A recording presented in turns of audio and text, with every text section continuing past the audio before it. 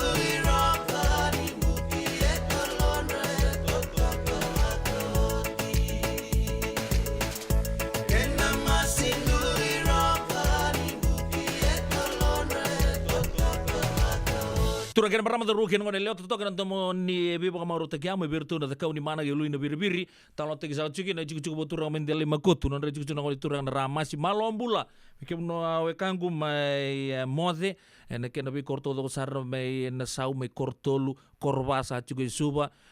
tugu na we kangu tarengudi kor lima sa chuku Santa Rosa ya sibi kan tertulu na pasa lu karua na miniti teman-teman na kira chuku na busochi enda tega bumber chuku balilai di ku da buku cenga ni duangan kena tabu coba walangi technical problem itu ya sana ya anda sabi kita bagi tali juga nonton ya kabin ni nonton bitokani ena radio bulan dua bata ena ketin kawal di singan ni bulu culai singa tu city tigo begitu merke to toko bo tunan raki ba kele chukuna kata-kata ni bonua na kena sanga ital tunga me sandromo ini boka malu andi matini singa na kab di bengkara penting tai dundu ni tai boka dur chukuna ngonongo me non to bono lo manu bit sange boka dur chumba kani kata lau so sartu non robol kata kana be offices to ko sar be tampan ni matini tu no be kampani lelehu ento be kinto boka chukuba bu vale na radio bulon do bata na kab di bengkara penting tai be kemni sa siamo chukumai na non to live ni Facebook page dona BCCB ke rombita bata chuko na no di do bengkara o ya muni bola chuk ngamai na bun o ni sema chuk mai kina ena kab di bengkara penting tai donan raunan dola na labu ni merke rauni nomu ena dona ngona leka ngango kembali ni konvota ka ke bo rongo mai bici ronan rau baka ta to kanan dola rauni na nomu bola ngamai biki rau na bun ni sema to mai kina ena kab di bengkara penting tai o dekila no muni baka rongo chunga mai ron linga bata nan dona sende baka ruta ka muni na radio bula nan dua bata yo pedila no muni ndau ni bingarabi to toka na bitoka ni ke muni ena ka ni bingarabi ni dai wa bulu chuma tanga be dona tabule ngom bulo nei situpo bulo binaka kemu muru zola bina kalau ngata koto na bingarabi lebu talanga na loloma be ke muru bulo wanu ni binaka be marmalitan din tonga baka lebu ni bulo binaka na itana siam chukumai Rusia te ratukana ni mbula malalanga be binaka siam chukumai Australia cheli nua magi mai api mai Samoa ngai nama katong mai nom ni share nan dona ngona leka mai ngo ya dana baka nama teman ni rongo en non ta benua arto baka rutang mai weekend orto na lolo TV en eka bilang di kocha to sana ngai tomane ni na non dobi baka marota ki me adop sarto en bitu na koloko en eka bilang ni dai ngai metali nei rumbuka tombol marijuana en na Ryan Jetty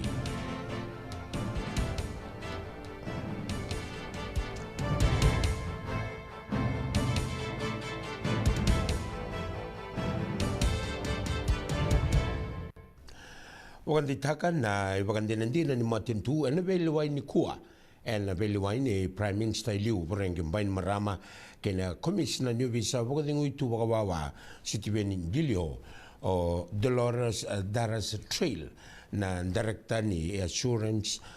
kena Compliance ni University ni Devani Vaswika ni sanga ni Veisoliaka na reward ya mai wan Vice Chancellor ni USB Professor Pal Alwalia en nonruto votilwa na biliutaki eliu wakatorongi ni kua o trail mai biruto na loya ni Mbain Marama ke ngilio en karua ni singa ni vele wai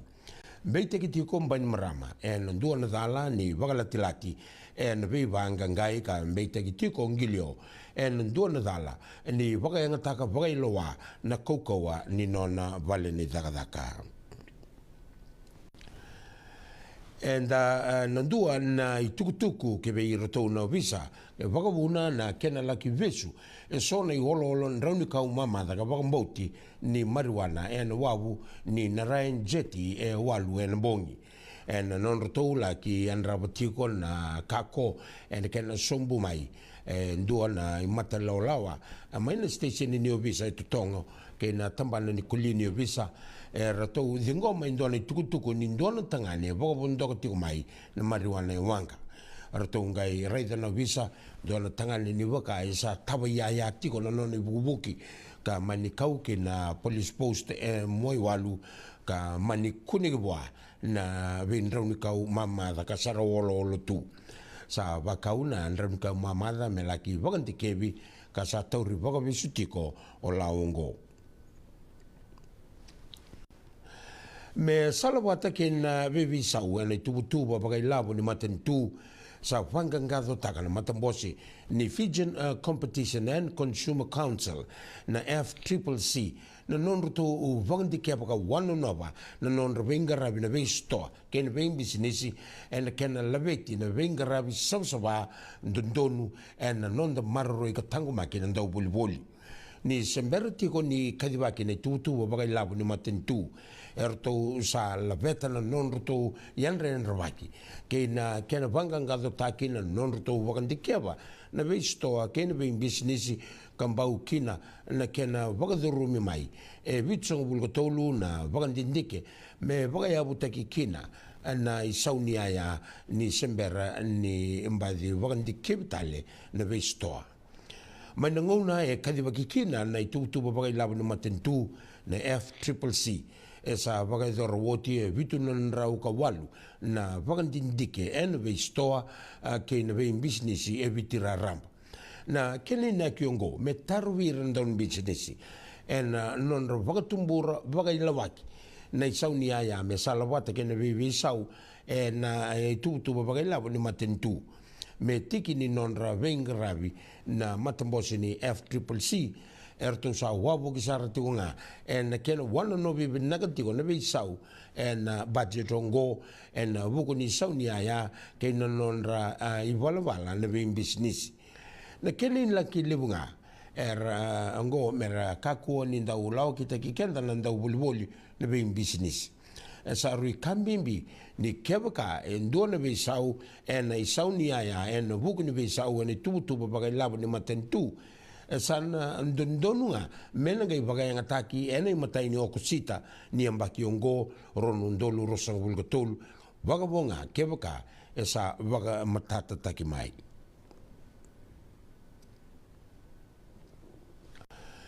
sakerkere na director ni Sri Satya Sai Sanjivani Fiji o Dr. Krupali Tapu kibi kenda ni tumutumbu mera kaumai ke laurai na luanda kebaka endo bakila ni rei tiko mbega wa ndo mate ni uto katiko bira na luanda salamuri tiko ngo na kenanga indau mai ndikebi ngone sa mbera na besele en ken sa leusara na ndendre ni mate ngo ni sivia tiko ni ronan rau na be matangali mate ni uto era ni randau sudu mai ngone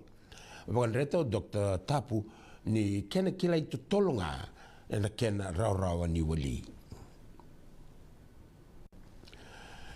Matai ni ngona hena korbo turang sembeto mainanti. Me didi baki ndone tutuba mai be ira na beliu taki kara daga bata ke ira ni tambungone mendua na kumuni labo. Mena buke na bonua na lotu na buli ke ira na isau bo ke mbetoro rau.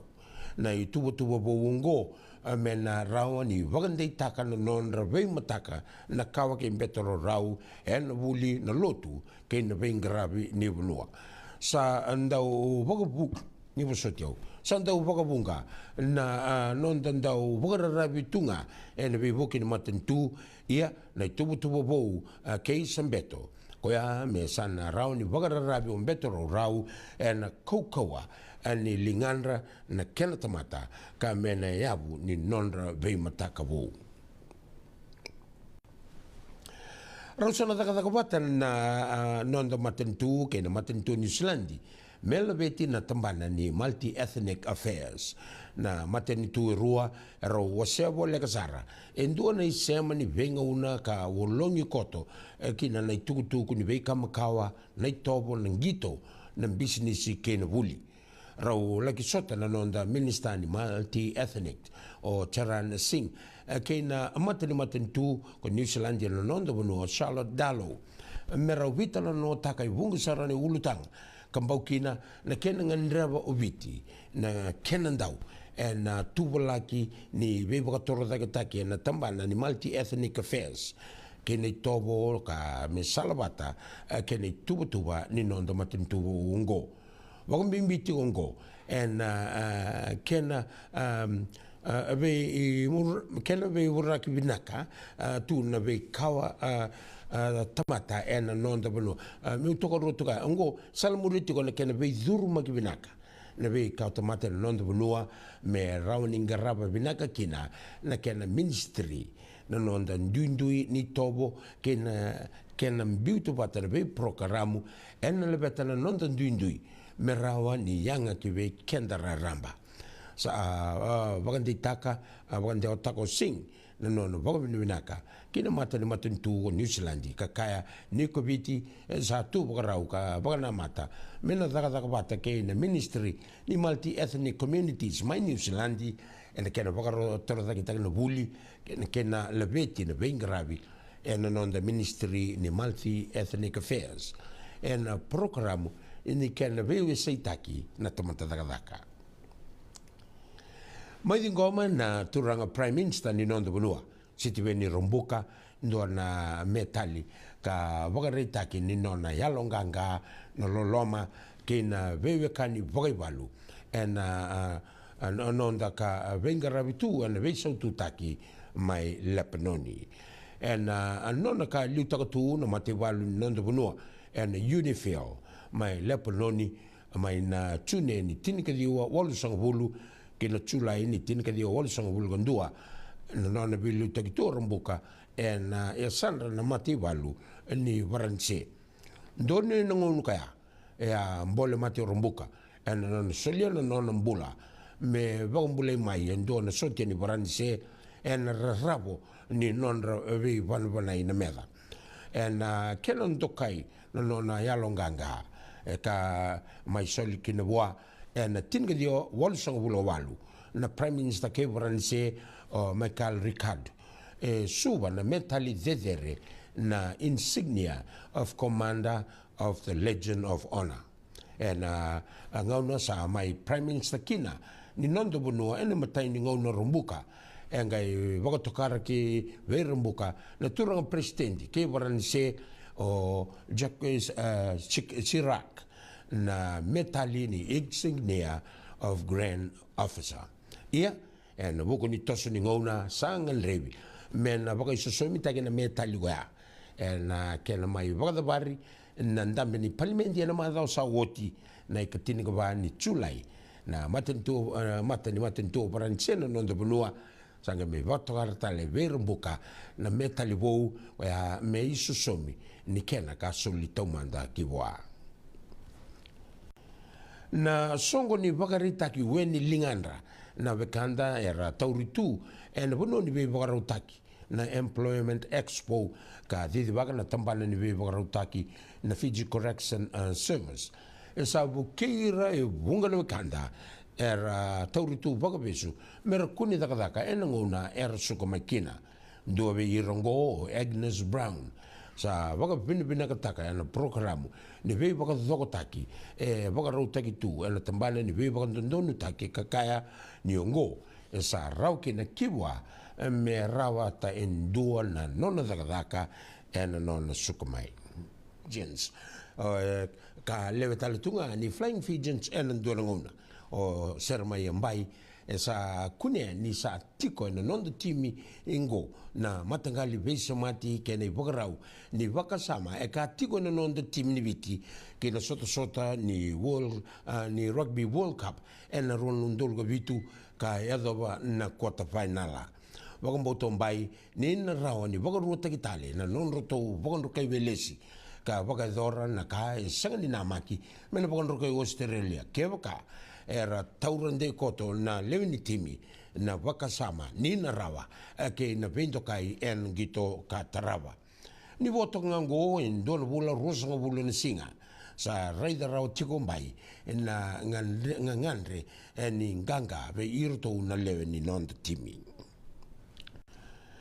sa namakatiko na non daw ni bivakatabulidi ni Fiji Water Flying Fijians o Simon Raiwalui doon ng gito kokawa kay na team ni Tonga ena singa bakarawa yung go ena yung matay ni wala tagabanua ni Sota ni Punja's Battle of the Pacific and anon rito sa bakaraw tikong go kina Rugby World Cup sa namakitiko ni rito na suli kidamay na bay team ni Pasifika Tonga Samoa kibiti na non rito daong gito ng bandua kasa kadibakaw Tonga en doon na team kokawa men vokoto bolean na yatu ni tatangomaki ne viti ia en angito en namaki men kubukina na rara sa kilab nagatiko no Raiwalui na kame na namaka mai vitonga kasa vagana numi ira tiko na leveni non the timi en bimbi ni matai ni norto volte ke bunua e Churchill Park melo toka en borawayungo kina dins sa waka toka na kay rei ni na tango magatali and Vainala na Deans na timi mai kauni kuila Maris Brothers High School ongo ni oti no no to bogon rokai na sinu secondary and kai tinga walu kai tini and sota ni Southern Zone and single ni kua and yambaki sa woti duru da mai o Maris kama I toka ni katulu ni tutu ia artonga I vagadaga I roto and Vainala lebu kartu labe na ito do bizedere ni Dean's Trophy and ndo tale na sota kokoa na semi-finala and under 18 Ganga Super Grammar and non to Kanawai Taki Sacred Heart College and kai tolsang bulkaba kay isanga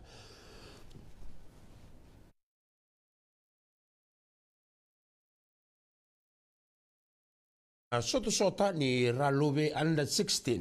Ganga na itasiri secondary school Vainamboa secondary and kai rosang bulgabitu ketini and under 18 Ganga na itasiri secondary pe ratu latianara and kai tini ke lima raumai tayo Mahatma Gandhi ke Super Grammar and tini and semi-finala ni under 17 Ganga Maris Vaina sinu tolu senga Super Grammar ke Mahatma Gandhi ke MGM arau una venga titaka na ikarua ni tutu edake. Na nondo dhorwo koula ni vedangi o Roy Krishna sana ngito tale and bakingo and Indian Super League sa sanitako Krishna endo na kontraki mbakindua and Odisha FC mai wea no ngol mai Bengaluru. Sanga ni se sulia mai na kalabo na mataila lai ni nona kontraki.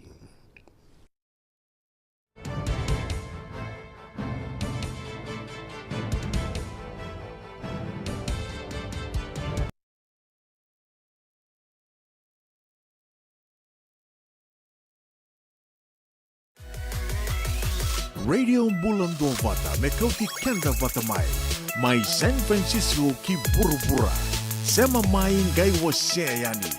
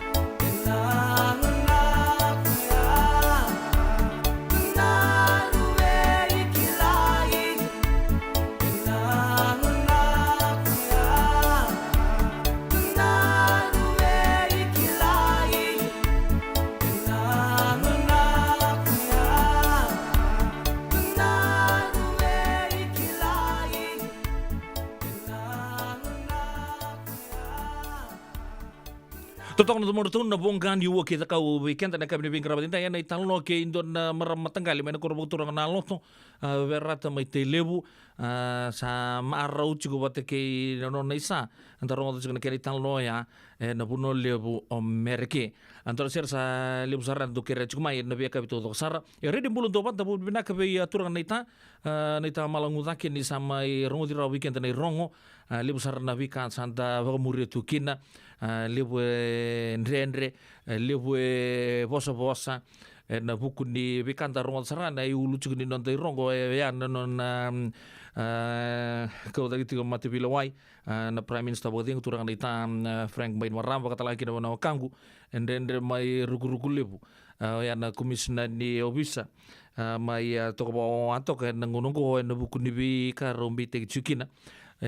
Bibili ndendre taltu na nunggu baka sarabatok na clip na non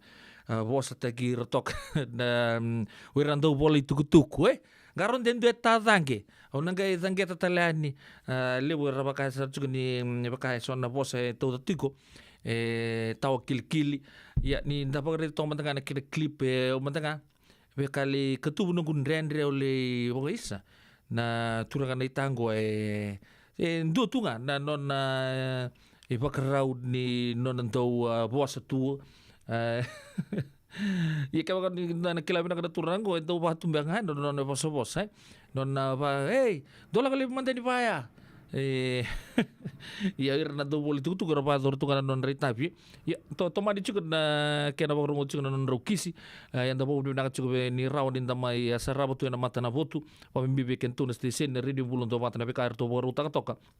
mai turangan ita kerto na kru mai na lolo television ron din tamai bulong tal tunga kina na kami bing grabe dai sim na pa na 8 miniti na monitokani pedilano bo ena kabine bingra bindinai bambula pe ya tairafa bakatala tairafa mbula benaka tona thumbs up re benaka ni bora takma ena kabine bingra bindinai nui takini toko chung debi tokani ke muni ena buno ni sama toko mekina mbula benaka latileta na wanga liba ni mbula benaka bo maramakai mbula benaka benaka na sama chung main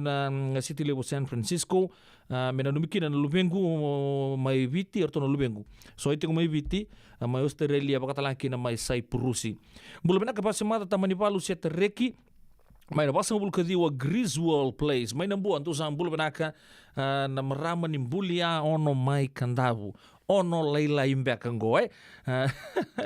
mbulu benaka ba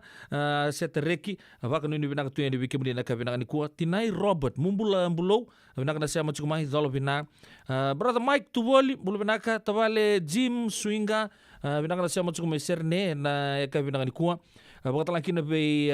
tabalengu benango unais tupo mbulo tabale mumbula benaka na sama cukup mai Brisbane na eka benaka ni kuat airina tema ni mbula kemuni benaka na ndo sama tu mai na biaka bito to sara bakatala kina ndo na wekangu go brother Jason Tui sananga le ko saramba nga moleli menanga me kadi bagi na bigenda ru na bioga nika na itu tulin rangon na dorbo ni nangara ono mai kandabu ndo baga murumuri tu na kenan do kadi bagi tu ni tu nin raki na pinga ono to ko sarsan dan do mate nganan ren dan tu bata na turango brother Leli brother J gai wande o tegi nongolo lama wana turanga ren rengori sirele ndo nin raki levu mai nangara ono mai kandabu.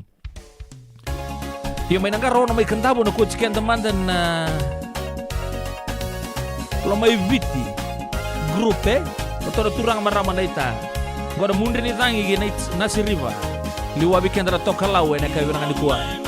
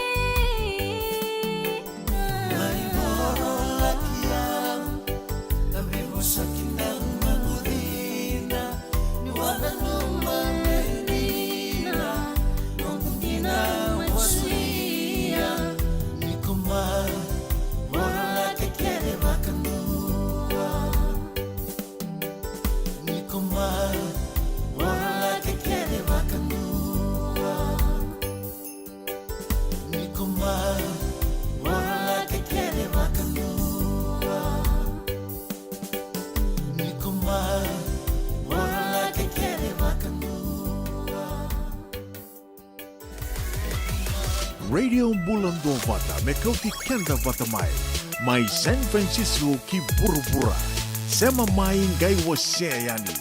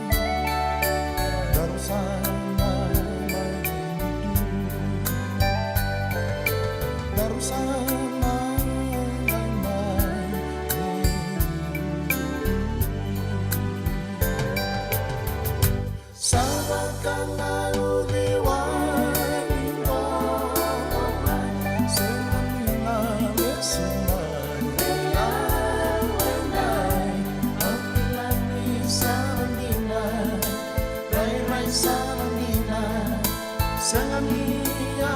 bangtangai sampai dia tak tahu dia kau queremos Yesus dia senganin tarobiko yung dalmamaniko ang alpewati kokotila yung dalmaniko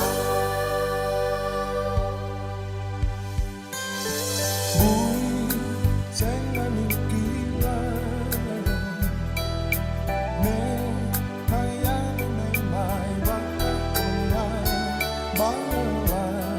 bumino na kuya daruna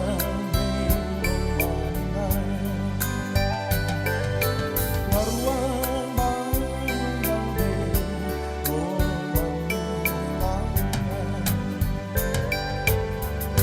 Sawa ka na udiway ni Kodomay Siya ni na lesinay Yawenay Kau kilami sa Manila Ray sa Manila Sa Manila Mang panday Kau sa may niya kakao Niya Kau queremos Lesunia Senganin tarobiko yung dalmamaniko ang alpewati kokotila yung dalmaniko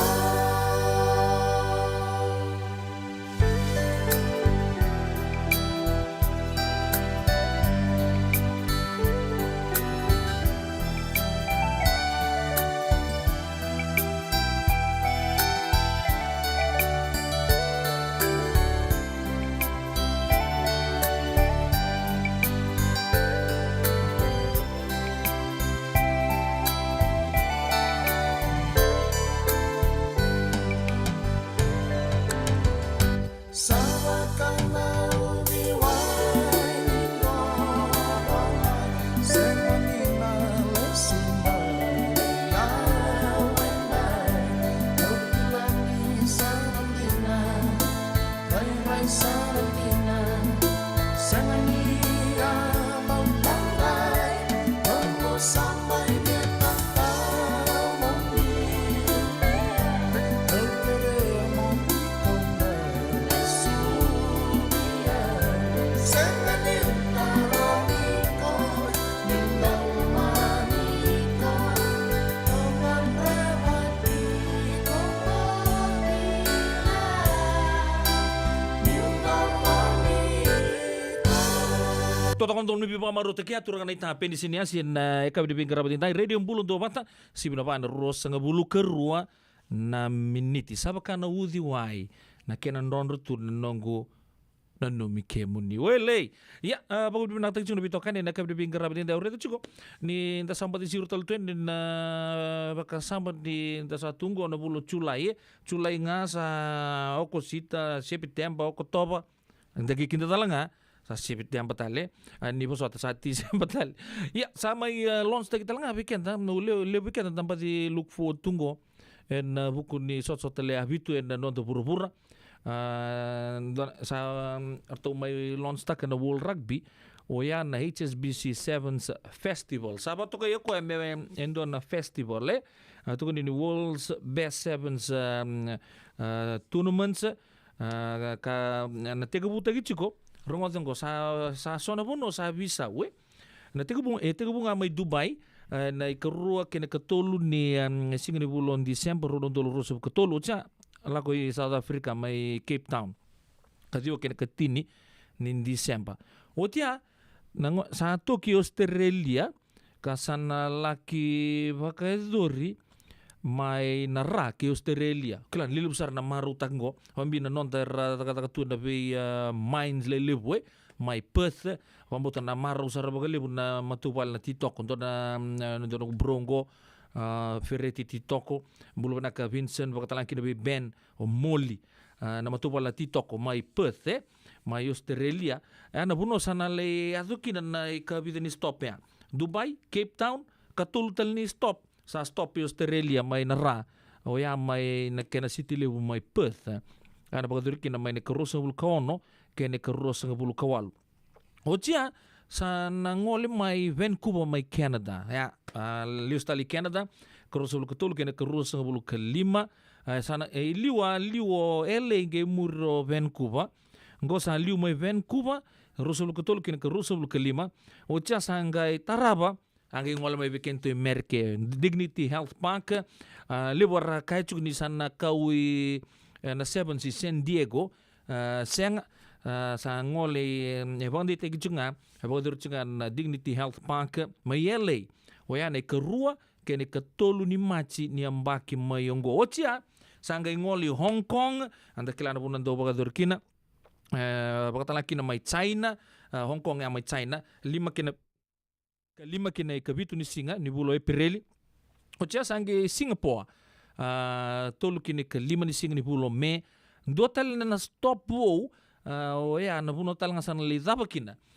na series o ya mai na korturanga ke Spain o ya mai Madrid o ya ne ka tolu sa bulu kanduan ni me kene ke roni tune ronondolu rosa bulu kaba ya na bi bunua na bagadur kina sot lebu ni 7 skala lele weekend sa do look forward to ngakir wan weekend to Merke mai LA na bagadur talkina soar the watching us arngole daki Vancouver ingo sa Bisau Vancouver LA sa ndo tala stop wo sa senga ninga LA ado na stop ke ona rede bang malua sa ya like na stop rua mai varani se wakatala kina mai Ingilandi doli dabo chukina go sa le daba i Madrid mai Spain na revamp tournament anda san ngai bago muria tu ni bago malua en ngonongo sibna bana rosa bulu kaono na miniti bago bi bina ta sung bito kani en radio mbulundo bata San Francisco en akabi bi ngra bi tan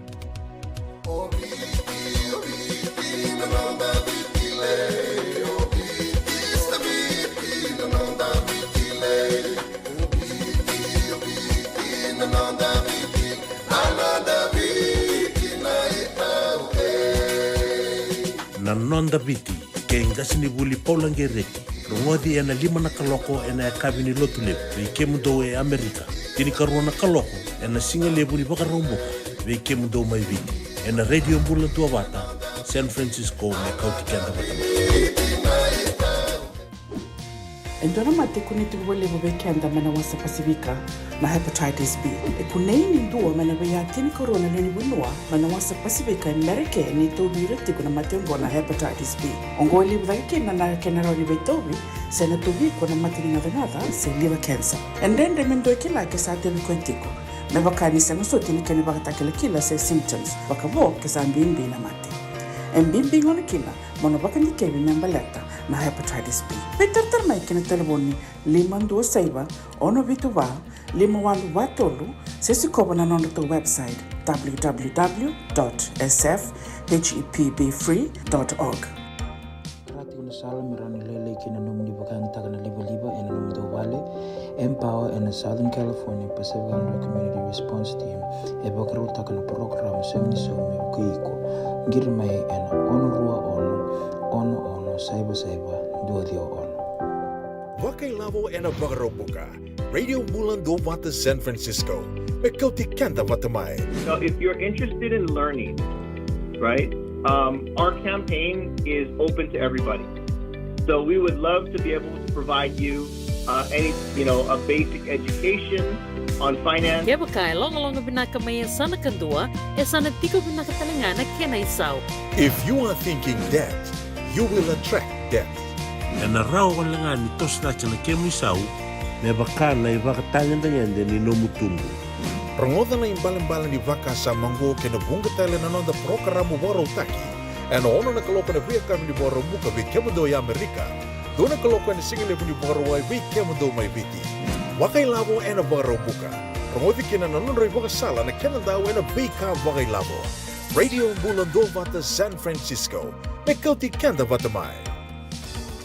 Nada masara mada mebuli kenen dono no life insurance policy may by Lincoln Heritage. Sinang ayaw sa nagkakil nito ta nagkakil kabitu ni akostita na 20 22 au sangir takasarabiri ni tauna kavi ngaya kena maga ngaya sala ko mana check senga tali ni biara senga saranga ni biara palilai in time saranga mai so tantali warga tele tunda warga ko tongo au sala lo bengo pa bina katak na kambani bina kangona herte clinic ni ngona bina kasaranga senga tali ndo na kaya bakatar tutu na kena baka na kena pepo wogli tuta kame so mi nda kila kena timir na faka senga tu kena ila bulle waya nda samu kina kisi ro ni maron kina ngona mojuri paling bula kakina kabra taka bodo na insuo ya serangana buna the Lincoln Heritage Life Insurance dondonga so muna claim na lo manurusang bulka banewa desa rona mbaki oti na polisi ngaya na lenga iko na beba se orai dawi mati se senga raw sarna bagaleo fo mana telefoni text mai kina was seva walu bandua tolu walu lima ena kena itu kumatalai. Udah boleh usar turun kena barang mazar kena ngone leo bi mamantu no bikin apa ureda chunga na baka sampai Lincoln Heritage nda bo bi naga chunga na buku ne lebo no bekanta rasate ko uri chau chumai en buku di nondra bulen donor policy kala di sa lele usar chunga rasa bagan din tak chuko nda bo bi naga chuko wanda maramana itawe ya ni talo tak bikenta na bika lag do Roma nangona baga dingu kina na buru-buru ngo oyan nondra ludi valley rabarita kan itu tol serai na bibuke en kamba di benaka na Lincoln Heritage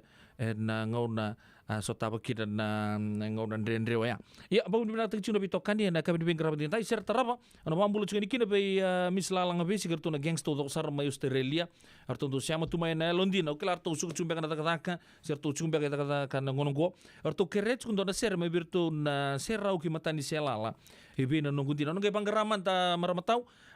me na numiki no merla lama Margaret zangini mbua Talita Reikoti Mother Rayawa Penrith na puno ayawa Penrith Panthers ana mambul talchunga be donongu tutu klani siama talchunga na puno lebunga ngo Amerike tutu seta pada bengoli mumbula na siama chuma na mate abintabu wakno ni binak talanga i Oman oya mai dona matintue bakar pea mai Oman na kena kortura mai Muscat bambulo chuka ni be ana isi Jennifer Fullman kerto to sar na nonta raping rawi tu na tempat di pinggir rawi di hotel mai ndu so mai Oman mai Muscat Jenny binaka siam chuka mai na kabina ni kuwa anu tagni totok chuka na bise mati en radio bulon do mata bakata langki be nita lu dan bose mai wele ne chuka boturang nunggu wek mai kandavu cuba turang mai palendeng mumbula na itama tanggali binang sa bole na bitokan ital cuka mai na ka binang ni kuwa wakno ni binang talanga be wane wangge retabo sentona itokan di na buku di bingkarabi na bole walis mai bici wane wangge retabo antinde saranga ningai lurai ni sambul binaka na nomuni sama tong mai na radio bulon dobat tamai samun nena yasa bulu benaka binaka sa bulu benabi tokani tabale Jim Swinga talanga ma Australia bulu benaka na Swinga family Peter Francis ma Australia talanga go bare tak chukumai ni makaritu na Rorongo na border town ke New South Wales bat ke Victoria mai Korowa do sam bulu benaka na matu vale toka ken gangs to ne Peter Francis na ka benaka ni kuwa Tamara Ming Ho malombula Tamara benaka na siya chukumai sanaya poine ke pakai donu ya na SPC mai nambua don bulu benak na staff ni SPC mai nambua chula buku di bakasam ni SPC wa bulu matang na bintu tapole kukla ni bingkara bital chunga kina malakai baka utawale nuita kini totok chunga na bitokani kimdon na biokani na SPC mai nambua na ka ni bingkara bitintai mumbula milika wanga kena nomuni mata wale tini Robert brother Mike Tuvoli nang sanga bali buna bitokani chuko en radio bulun do mata en eka binang kuan rabualu kotom balabu mai nabi buno ni siamo to mekina na vida ne singa saochi ke mai rongo de kina na italanoa ni bingarabi Amerika na ilabo ndo rawa kina ndo roat na vio kani to do sara e tukuni bango ni labo ami amida gora keni talno mai bikeri ndamundamu na ilabo ni Amerika e ami amida Amida.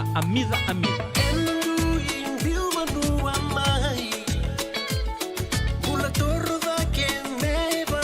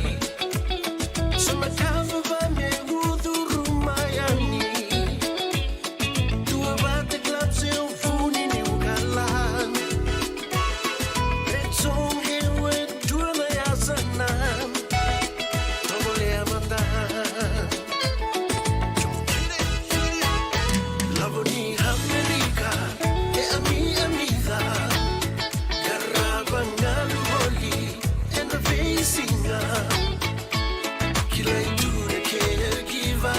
Singing Nira Warawa. Sambula Walengani Vosota.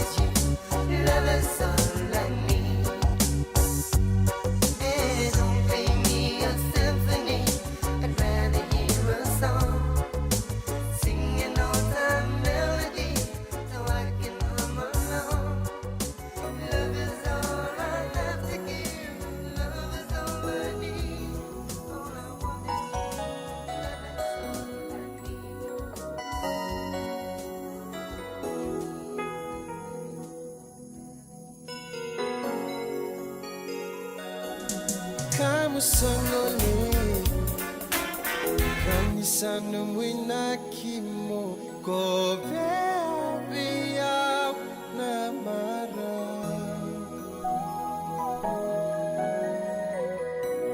Obaka mamasu Rei kombu nanalo Mamu memba beisa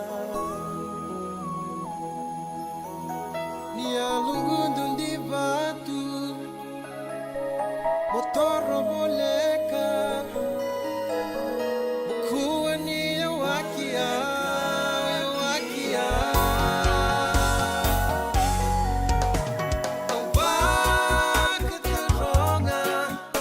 Seda bumeka nombu inaki Motarkan beya Mosana ngolemo Seda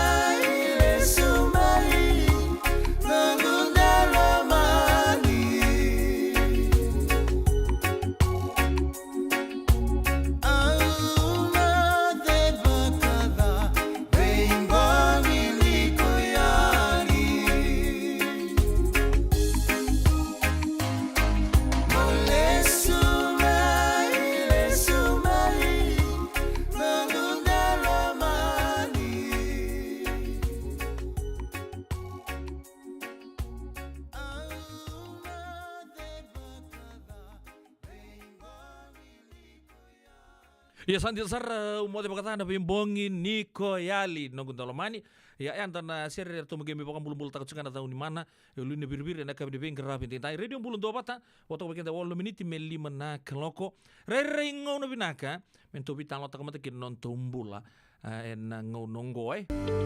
Yavalata deo nangai dalata and a radio bulum do bata Veitoko ni Lincoln Heritage Life Insurance na kamani ni life insurance kang niti kanda na kay VT America. Pinasa boleh buturan kena marama taruh kena kena lewa da bukan benak cukup Lincoln Heritage Life Insurance ena bukan nerto bito koni cukup ena bukan toto saroba kereta cukup ni kampanye benak enggo kebaka mantengau sember di benak tu dan nomni pepa siana nomni stage merke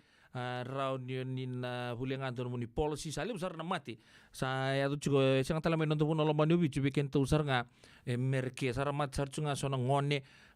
suar lengkap bakal kaso sarata pengan ngona sa bikin turang amin sa rado pengamai na embaki sa rangole ni kin benua ena minun do bigenta ena mbokum buka ke iya dan kangan tanda pada tortun dan nabi bakar ramat gitu ena buku ni non dembulai au gay bakar sama takan cukun dan tabaleng gitu nabi au isa tabaleo sa baki 5 bulu kendua tok ni kuai au sa bangko iya kembali ke bakar nantun na bakar sama ena lo mangani cini kediwa na embaki menggo sana ya tau nabi tu sanga bulu ya ala sarnga na buru-buronggo so itu kan sa sibita ale wolu sanga bulu na bulan balabu ya sana le kanyo ota talebede wir na bingarabi ko ada tukin na bakasam ni tamay bingarabi wir nang kasi lele usar weekend anda may chukina ke gibus anda po bidak matanga wir na we company toke sulit kata wir na we kantar ke ngole may viti may sangatu na bulu binak lesu wir na non ramatu bale non puno lo mani vice na elebu sa didi chuno na kampanye ngonongo me bakan na bula care na divine na connect Fiji na bula angel se ke bakan donumbek lebu tali tu na vi tamban u baka sama taka chuko mendo sing mo compile taka to komanda na vi kampanye toke na caregiving agency menda ndangendo nanu mutu mengambil tak tuan under nampan telefon ni round ni tar kina baka rangan apa na zaka dua talanga sangai tiga buta kita lucunga en dona ngon lek sauci mai be kona maram na lulu ni radio bulan dua mata una si pun inda kuat tiga buntal cunga wat ke vitan non tokani atau di baka cukup non to kampanye bina koya ela buku cunga non lo rei cukup irnang kasuka anto po bina ni sarau tu kina na tak nambula anda po bina ko birna be liu ni be kampanye go non sulit tu bikin tanah tak raun inda mai bula tu kina merke baka talang kino irna nonta pematu balik mai non to pono lo mani bis ndare dir na ngkas inta bingkara betu lebih satu sarto non ram begini bula main bitu sanga bulu walu sanga bulu dio sanga bulu suara kalau ngatasar donan rau bakata seram bulanga irang go so sangke do baktarong tu hai irna turangan di palang marama di palang go sangke sona marama turang rembulan balap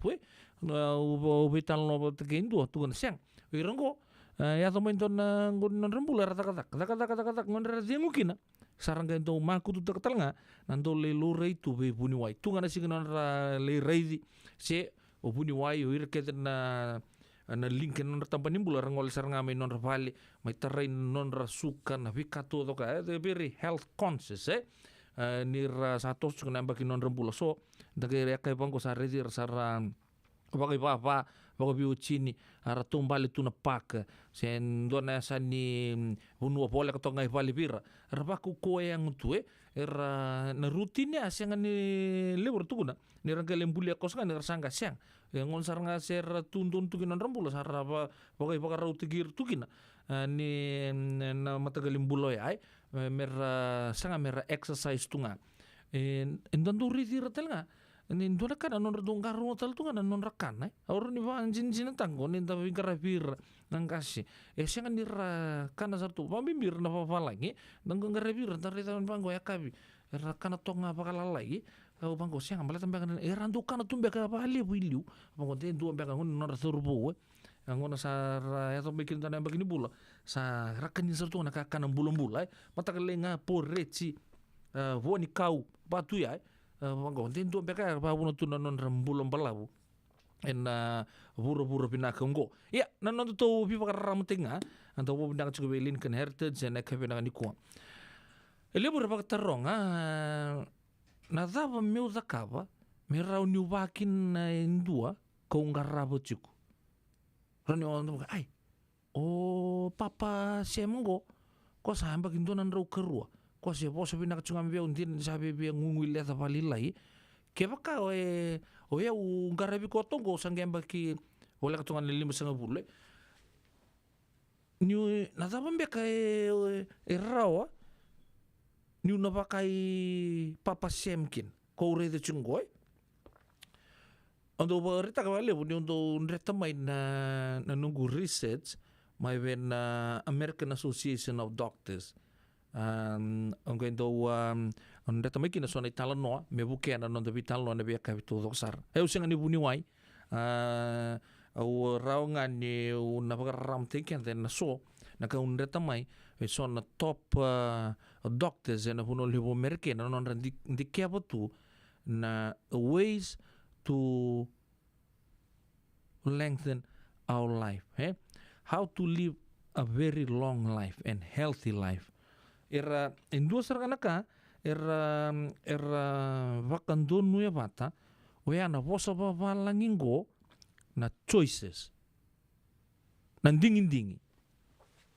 Gai dona vosa embiu toka mekeni matai wise choices. Mondingin-dingi vakabuku. Sembera mandanin doon na ivaka matala levo embiu en journal kung reta may kinan na vakasama gondi kuwa matay sarangan ni ulutanga wise choices. Dingin-dingi vakabuku. Asa tama di bosa levo ya. Okay, natama tamundingi taka vakabuku merau kinabia umeu bulan balabu. Ngoto bitalo cengan nonto kanimbulai en buku di vakasama nonto programu ya balata dio nanggai zalata. Wise choices. Na kena matay sarangan ni subheading wala itu ngapango waka balang. Kaya kau binakata mo so ba ni nambag sa no papa sem endo na kena ingredient go. Get moving. Sa ruta zewa toko bakan dua to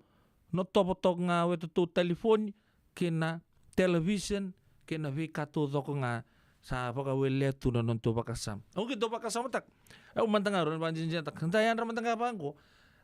Ron ngonong go sa berta la masu. So tu na yan ramanta masu. Letapi rau toothbrush kato toko ay. Siang. Ngo yan rami na mod. Bate so santo siya takatungan na non ralamu. Wena dapat telepon. Kena balembale na nomu. Yan rami na mod inyo sa rungotan na malam o sa tarasa. Tidit. Mati ni sarang ko tara. Mo telepon.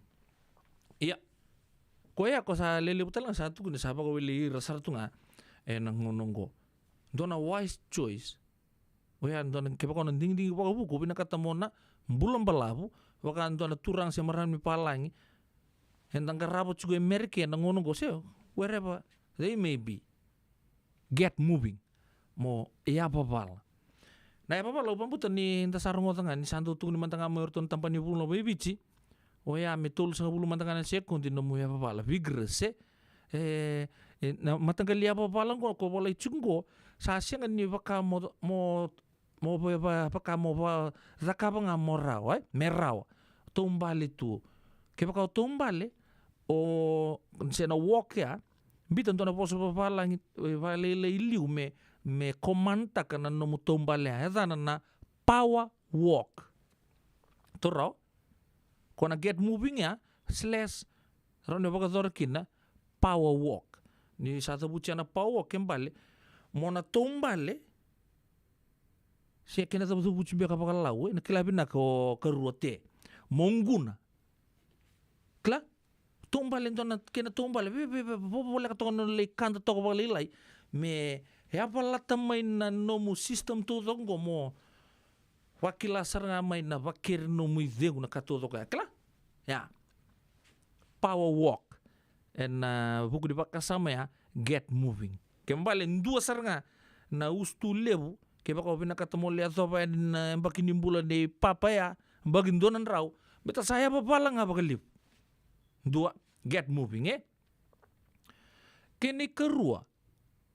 opang botin lili weekend da tando valata bertembang may bici talanga tutu yang tuntuan nonton vale na weight na kena misi ne dua saranga ya Boleh pakapalangi pango kini kerua, pay attention to weight and your shape. Ya.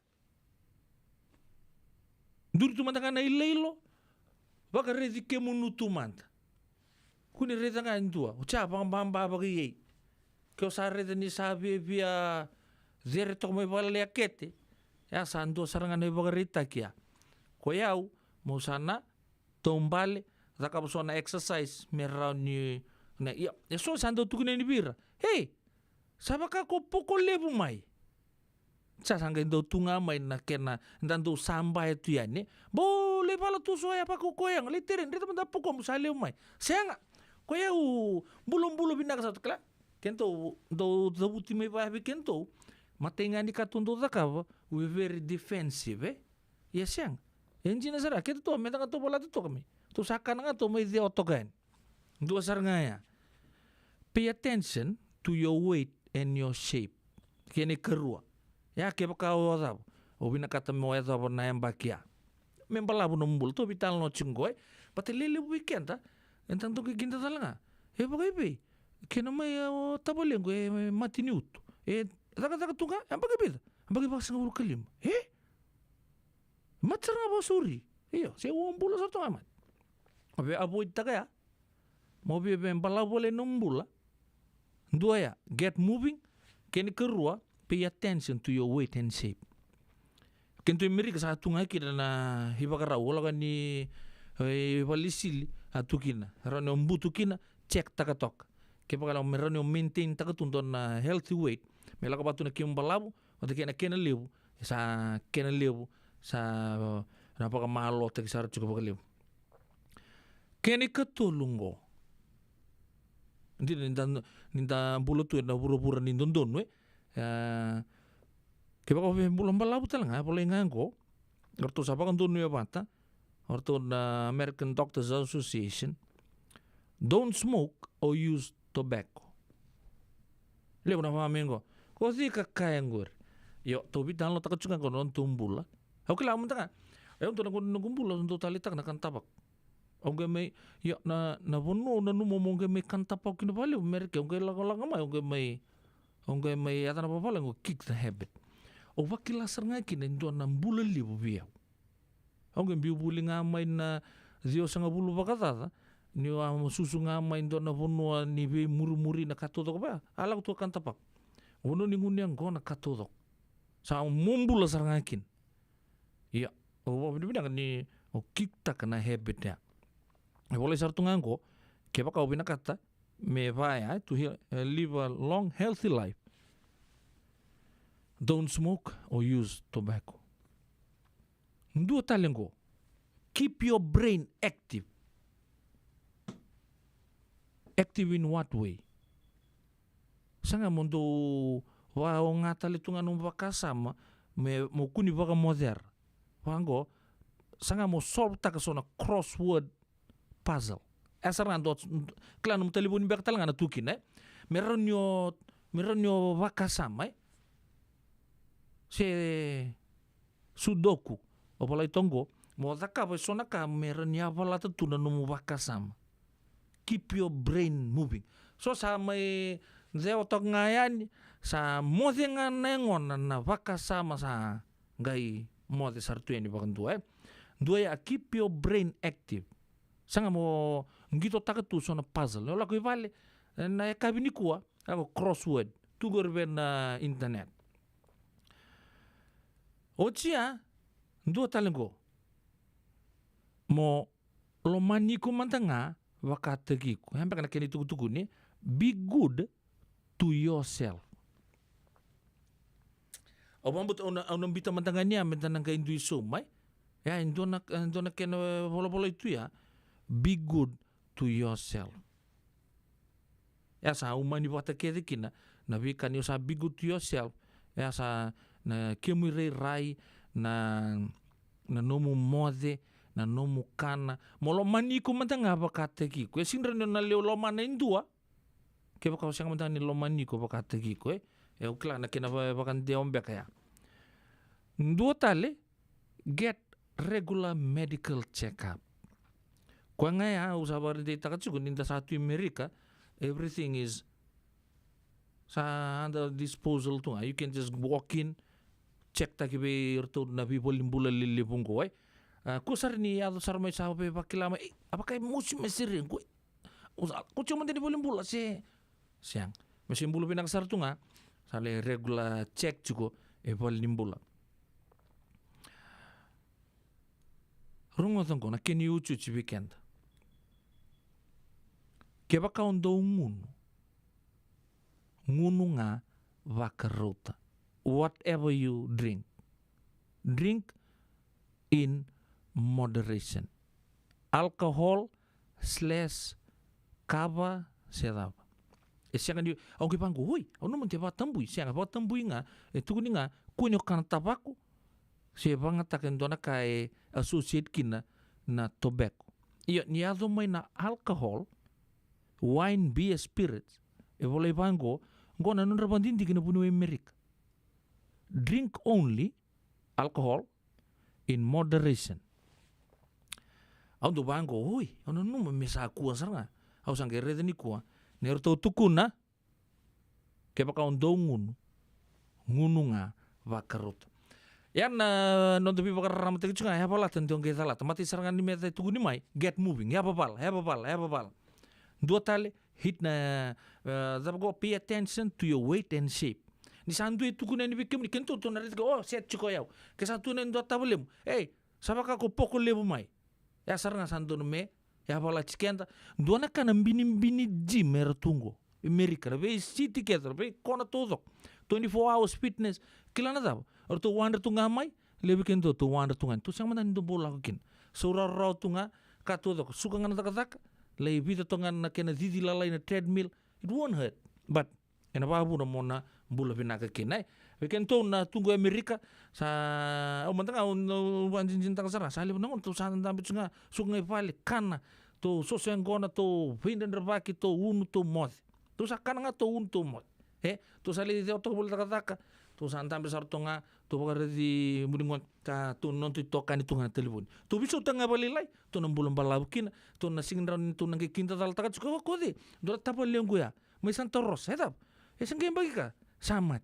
isa sengoni sarna iyo kembal tu na biso tanga balilay so na kanon tumbula wakanda chicken to chicken ngo na radio bulan do batan na programu Apalata don kita latan tapo binak cukup Lincoln Heritage Life Insurance and bukan tungunu tali na kebenaran kuah bari tak mau ana rose hoit na tumbale 5 minutes before breakfast and eat in moderation and drink lots of water. Yan dua tali. Tapo binak na bukan nomni sulit cukup main. Nomni bibaka sama momone so me mai buki kenda tu cukup. Sa lebu cukup na matin dole anda sa roe de cukup. Bari tak tal cukup minggu hari na tema. Raman dengan your body workout in a normal wale. So rapat oi, senga biu na treadmill, senga biu na kani weight, senga. Raman dengan ni vida tonga na nomu sit up, ilo mangani bal. Vida tonga na kena push up lalai. Kaya baka bina katan to na 8 me 8 take muni. On tak tun so na ser, meron yo ha bal tokin So baka mo gelak sarbe na do na zumba class. Senga ena baka tawo tiken ta non ta lebi kenta and the live into so da be innovative singkay mo gelak sar na gym geliterin siang rani ze otonga may na nomu buningon ore tanga ni sabi susu memodi do nga na nomu met ni exercise lako wat do na music with tonga na kena sit up te singkay mo sa tiga bunga mo sabi reten don tamata baka to fit to the TV siang start small nang lako mo build ta kan don na addictiveness baka nga non to program na porumbuka be an addict in saving baka nga mo addict tunggu rakan tapo ako nakatuto karotal nga be an addict in na chigum bulong-bula mo exercise to na basic kembali na sinra nindo bikindar mindor na paulong balit ko sinra ni teren sa utungan ng gubal takata kenday arto na may lawen day kilabi na kachigo na wekang guludan boss na sochier do workout saba kay part of their routine to basic singa wala nga ni sochier na armed forces mer teren kenda total nga turun terin talaga na venue to vili new to kina na vingon to sara bambuta sa kwena to program na kabina ko to bi ban rats tinga to kan nga bago binaka to mode bago binaka to ya ba pala baga lewe balabu kina non tumbula en buru-buru ko tuna singin tuna siangan nge mai envi tigir to cingar to non to papa to garaber to cik ser to non to nau hey samba gitu sambul kawal samba lah non bulu ko sembulu-bulu binakat rau talang bikin to ke baka tuna murienga sonaka au sangai bagarita ka ucigania we kemuni en kabini bingarabi Entendem. Ona bambulo cuma tengah bertun bambu tapi Peter Francis dona ser mena numiki na kimi ke sara dura na matival ni biti katin kawal ni chune tin kadi obit sangabul kawal wisa gotal benga na matin lago talanga i leponon ye eu sagi ambag tin kaon na ngone ai santin kimami na matai dur se intake ni regular force in 1978 ya na wasang bulu kalima na ambaki sao ti sanda bom na kaber na ling ni wau non to bonoa na tua kanta na tukanda duru mutuna matibol ser tunga kinongo na bugni ngarabi tabi binakara paga zortu en ngonongo ia elebor sama beauty ki mami he's a happy 45th RF intake anniversary nakabale bu Peter Francis nomni siama chikumai anu numi kemni todo to en so tien non bonua lebu sar mai retire har dengu tungo na bono lebu merke sar mai ataka tal tuba ke giba na ngonongo apa no ni binak bikim ni todo tal ngana nonta sotia mai na ve nuku mai sei ai mai lepononi mai na Golan Heights apa kata laki na ve bono tal sor na UN personnel no buru-buru no ni tal ngana ubis mai South Sudan mai Juba bakatan laki na may Liberia na bibuno todo sa station te tukina non de buru-buru na ngonongo siya nung lite talanga kina bikim ni na sa labing garabitu na armed forces and doing so ni bi matin tu merke na French Foreign Legion na mativalu lebu ni Pertania en yakabi na ni kuani sana numi en bugu di bakasama labet ko mo Peter Francis bikin talanga na biokan len matubal redi bulun dopa tanto mo sulekir na non ta mativalu erna turanga na marama erna sucier saka tu na vese buru-buru lai bakare otaka tu nan rotini ni non tapuno lomano bici rotini non na tui mai Englandi mai brani seke na bi matin tu eso rasa living garabi tukina en dono mendan dono numira tu non da masu en bi ngono to sara baka no ni talanga bi mami J en ka bi na ni kuwa sanaya poine if you eat meat leave it in the running water to remove blood, then cook but in a small portion but lots of veggies ya don bakasama ya otherwise try to eat raw vegetables, it's good for health naka sanaya na nomuni sulit tong nomuni bakasama kito to no matu paling ko meto to na do behind rights to to retain bang ko ni saba ka sa don mo leterin se terin sa baka lebu chunga mukana sa lebu chunga kite muta buka kiterin to nchikani aku ya kento talan to zingoma saranga na yalo vina koyo sa tungu na ni to nango sa kali bucu na ketengo musali terin ngono bata saranga ya ngai tu mona sa rumbi to iko na didi klada smailona na maru tegi kona pango isa na turanga na wachingu ni uza buto bi ko sa kali buketena redo ko leba katal tuna dorbongor sa terin sa terin itu na vising mezo patelanga sa nading talanga mikin no boso na sa sing do tal na kanaran tu na ram latin daw kona one pack ya kona family pack 6 pack tal tota may bakal tu yan na sa 6 pack kota lingay badile wa mezo ko baka asa bakatal tu na dorbota bakal wabo tal tu Leijei talona.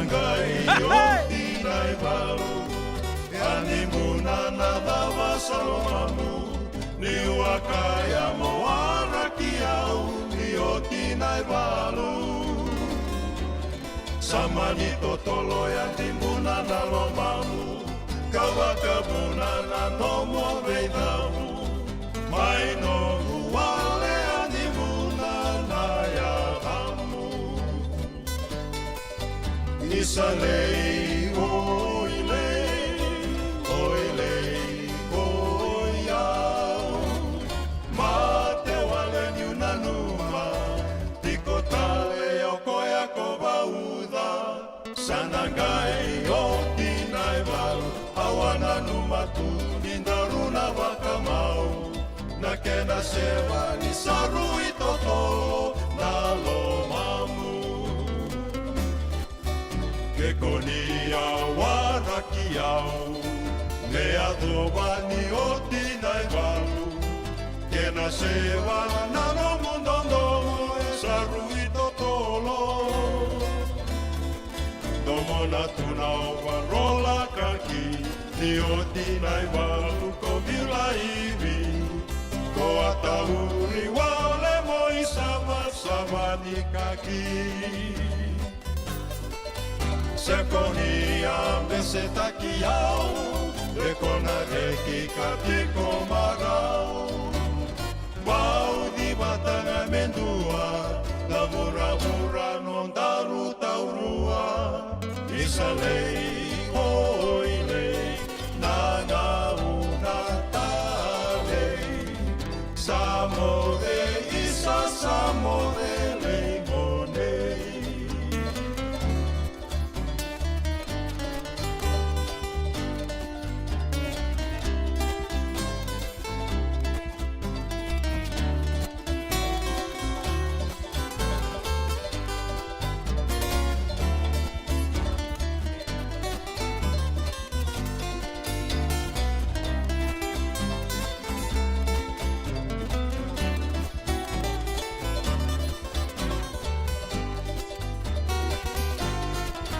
Sekonia pesetaki au Dekona reki katiko marau Pau di batanga mendua Na vura-vura non daru taurua Isalei oilei Nanga una talei Samode isa samode leigonei Samode isa samode leimonei Samode isa samode leimonei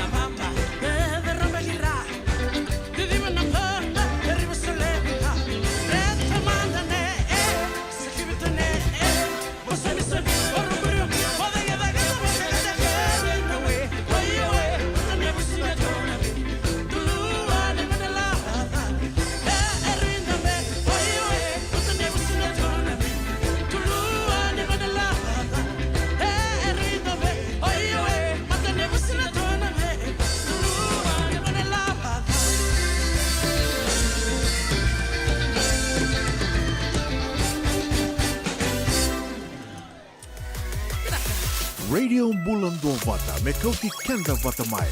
mai San Francisco ki buru-bura sema mai gai wasea yani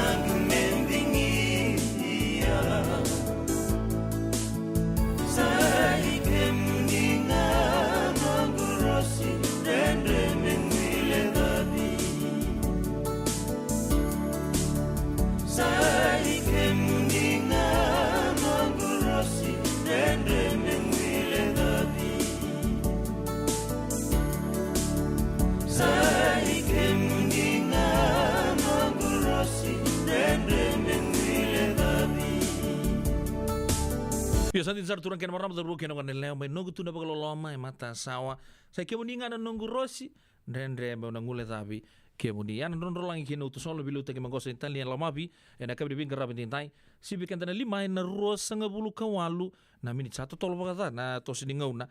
na kabi bingar rabi tintai. Ya na bagabi binak na buku nonton bitokan na numuchuko roni no mundo na dobi labo donan raunan dola ni merke ke pakai nang kanto na kanta mai biti ena ruanan raunan dola na kanga ibina kachibi kemuni oni bolanga mai na buno dapa oni bagaro rongo chuko mai kina pakata santo pola chuko mo malala ngabis ya mengkanga ene dobi sauti ndo siama chuko mai Penrith o ya mai Australia baka usar boy Australia na nona i dobi buno dapa rongo chuko mai kina na kabina ngani kwa ni bola mai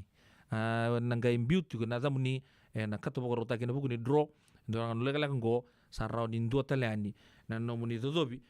wana wekanta siang sarang indona kena musilele ya siang indona ka ona bakalusi kina nomuni siama to ngamengo bagango Solomon turanga mai muri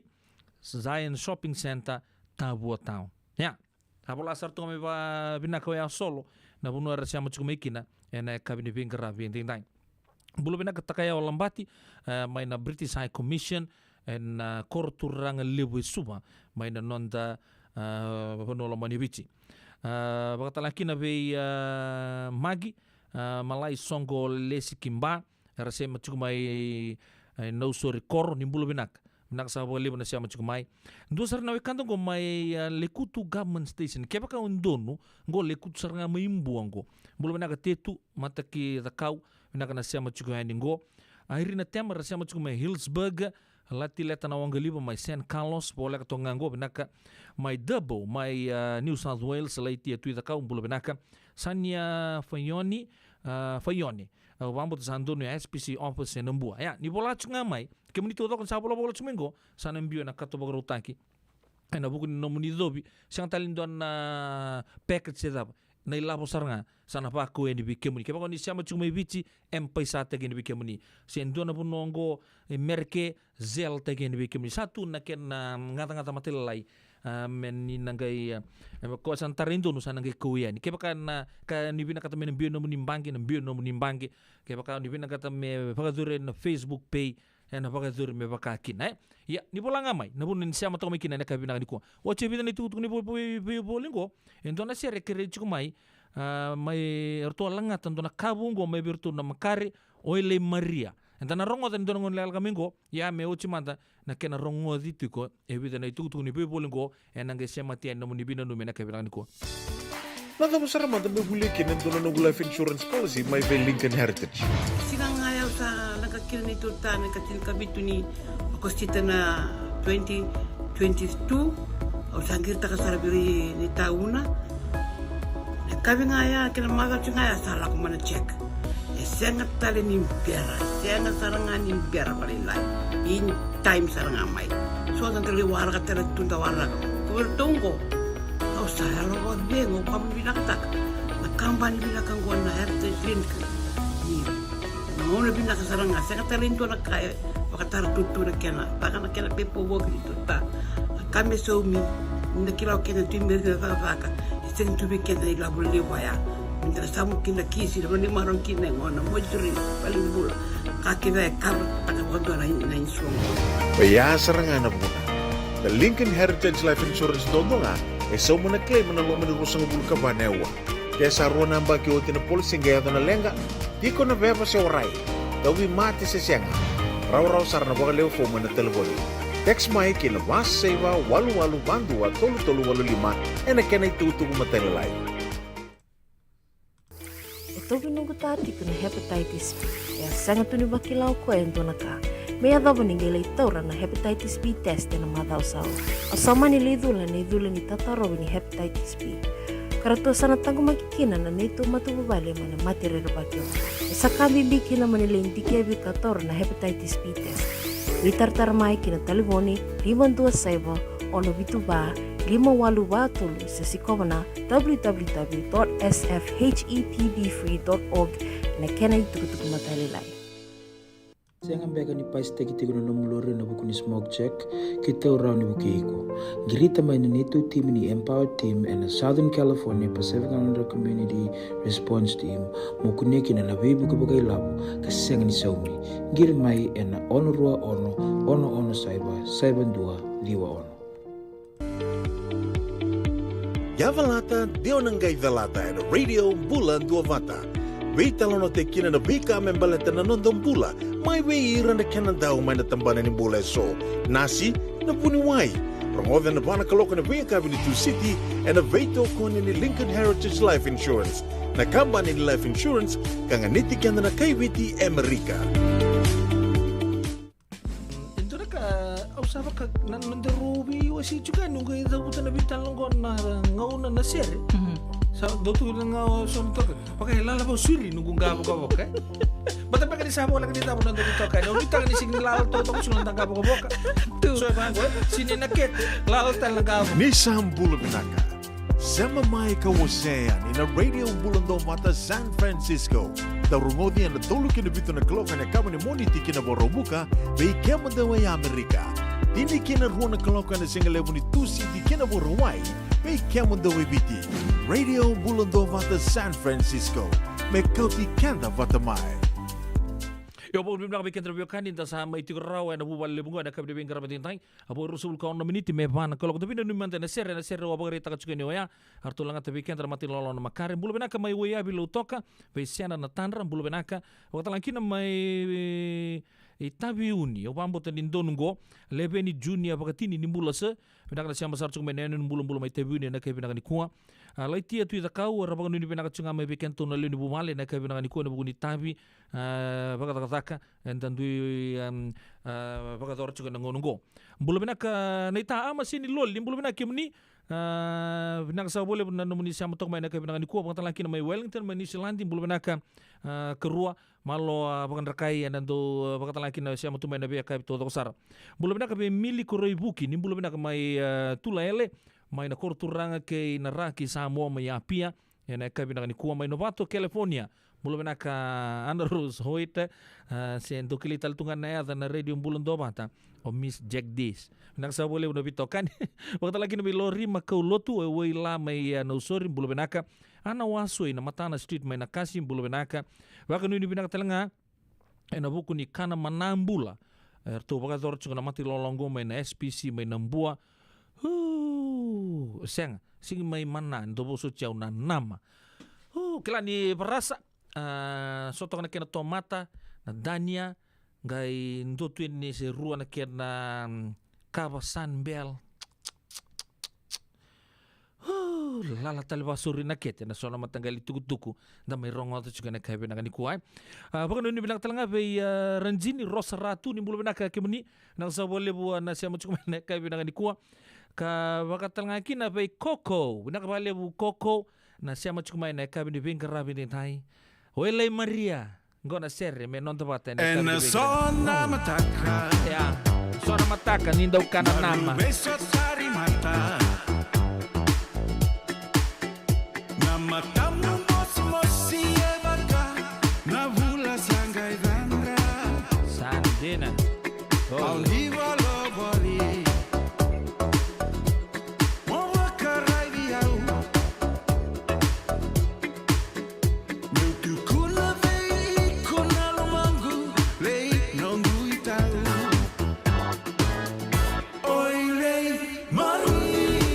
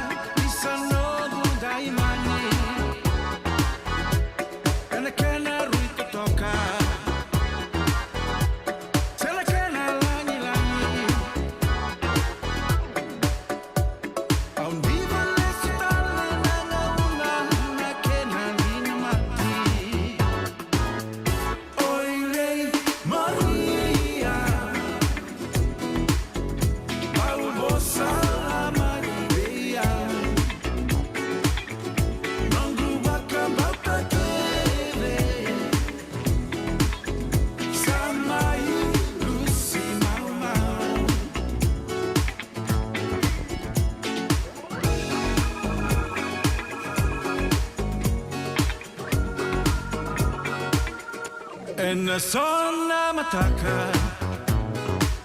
Lindaru beso tari mata Nama tamu masih abaka Nabula sangai dana Aun diva lo boli Wawa kerai au Meu tu kula mei kula lamagu Lei nongu itau Oi lei Maria Mau vossa lama ilei au Nongu waka mapatele Samai lusi mau mau Oi lei Maria Mau vossa lama ilei au Nongu waka mapatele Samai lusi mau mau Oi lei Maria Mau vossa lama ilei au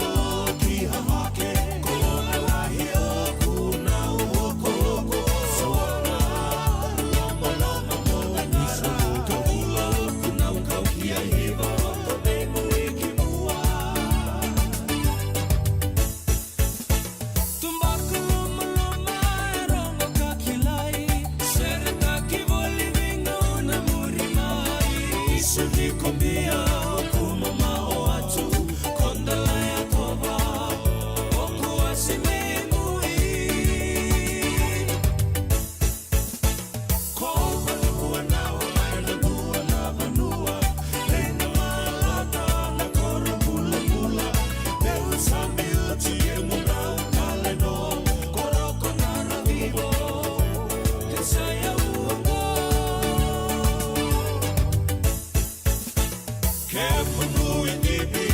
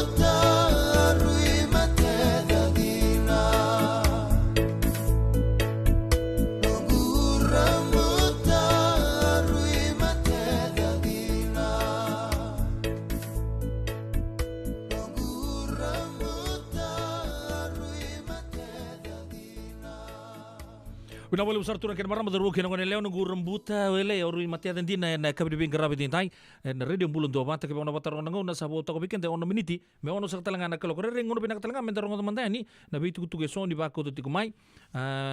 ndora kana kena o solami begitu na moni mata saoti na non to sama dance na ngoni bulioti na super grammar school kala ni ratali takasar bogalebu ya kajiba ki rongo bagi juga ni ken songo ya rabaga tanga mai non rabaga pribana ken bun ken osonringi olami sena trade winds mai kotati en moni maza o saoti ya na singa bagaruai ni kerusa blu kaziu ni singa mai lami talangango en walu ruan dua saiba Old Redwood Highway kotati zio vazio tolundua en bana kaloka nekabi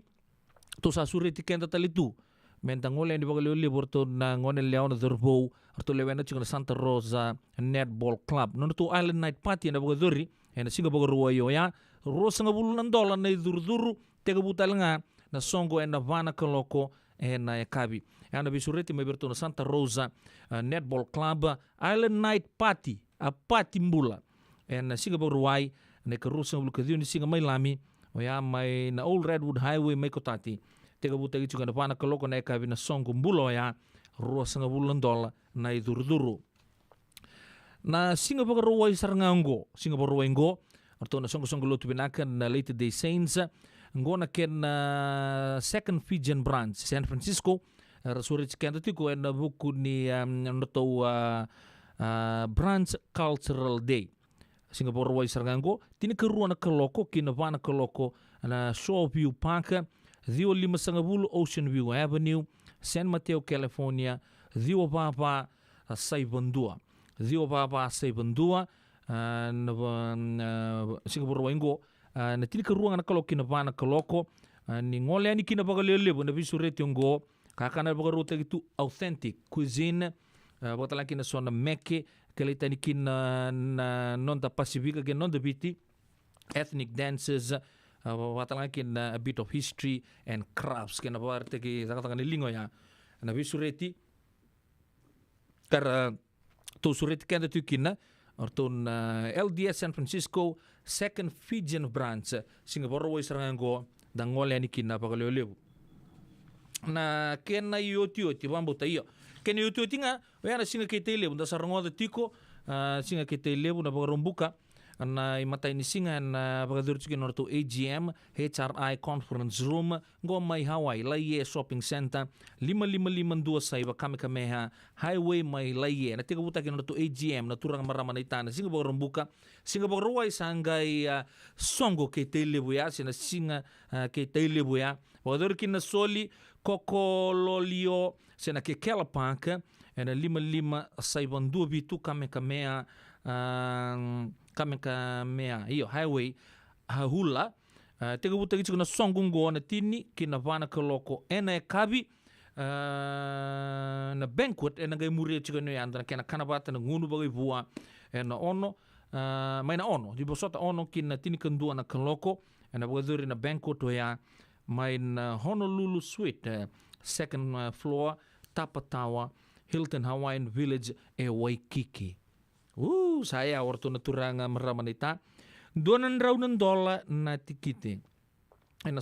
kanapatoya en kabi ni Singapore roai singa tambu sangkai mai zabato toko kinda na bingarabi todo ko ya en andona lutu toko bata na ikatol ni singo ya na runa koloko tega bute kina na bagadur chiko en Kahuku United Methodist Church 5 Vavaziwa Kamehameha Highway Kahuku yan abuno na bagadur tikina na lutu yan bital no singa kay tay lebu turang kena marama zorbo kena ngone lewa na bisuri cirarang batu ni bikemni na turanga ni asyama na loma ni sana baga turang arto bisuri tu na turanga marama ni ta ngole ni baga lebu na to songo na bagadur tiku mai Laie mai Hawaii o ya na matai kerua kene katoli singa ni vula o September kelas arongo bagi tiku bali weekenda na via kapito doksar moniti kena bakarombuka poko bibina tak chunga bitokani na kabini binga rabini dai na radio bula ndua banta klan zaba do bobu bibina kanin do la ko tu meni biokani do me bise mati tu na bibu no dindio so enda siama tu mekina bise burbura sa kalebu na marau kina boga pidu pinaka ena nomuni